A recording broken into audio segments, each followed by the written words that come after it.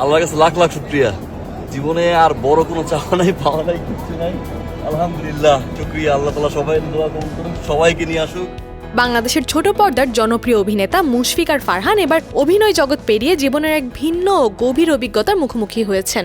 ব্যস্ত শুটিং, আলো, ক্যামেরার লাইমলাইটের মাঝেও তিনি নিজের আত্মার শান্তির খোঁজে ছুটে গেছেন সৌদি আরবের পবিত্র নগরী মক্কায়।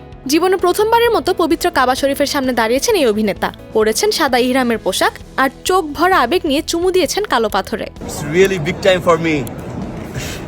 Thank you Allah, thank you. Allah তাআলা সবার দোয়া কবুল করুক।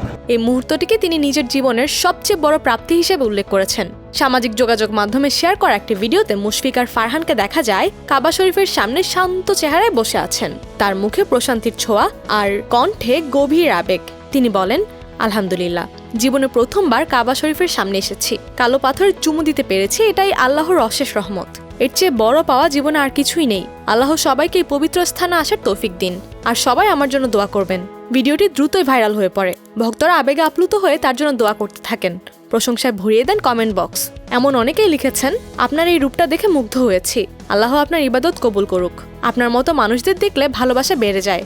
প্রথমবারে হাজরে আসওয়াদ মানে কালো পাথর, যেটাতে চুমু দেওয়াটা আসলে ভাগ্যের চেয়ে ভাগ্যের ব্যাপার। মক্কায় অবস্থানকালে অনেক প্রবাসী বাংলাদেশি তাকে দেখে আবেগ ধরে রাখতে পারেননি। কেউ কেউ এগিয়ে এসে ছবি তোলার অনুরোধ করলে ফারহান সাদরেই তাদের গ্রহণ করেছেন। হাসি মুখে সবার সঙ্গে ছবি তুলেন।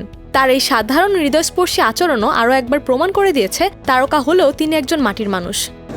আলহামদুলিল্লাহ, জীবনে প্রথমবার আমার আসা কাবা শরীফের সামনে, প্রথমবার পারলাম, চুমু দিয়ে মাত্র আসলাম।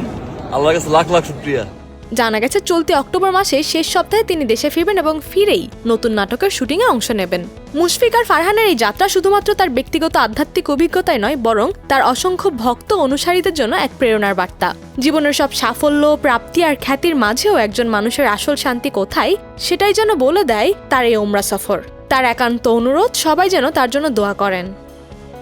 জীবনে আর বড় কোনো চাওয়া নাই, পাওয়া নাই, কিছু নাই। আলহামদুলিল্লাহ, আল্লাহ তাআলা সবাই দোয়া কবুল করুন, সবাইকে নিয়ে আসুক।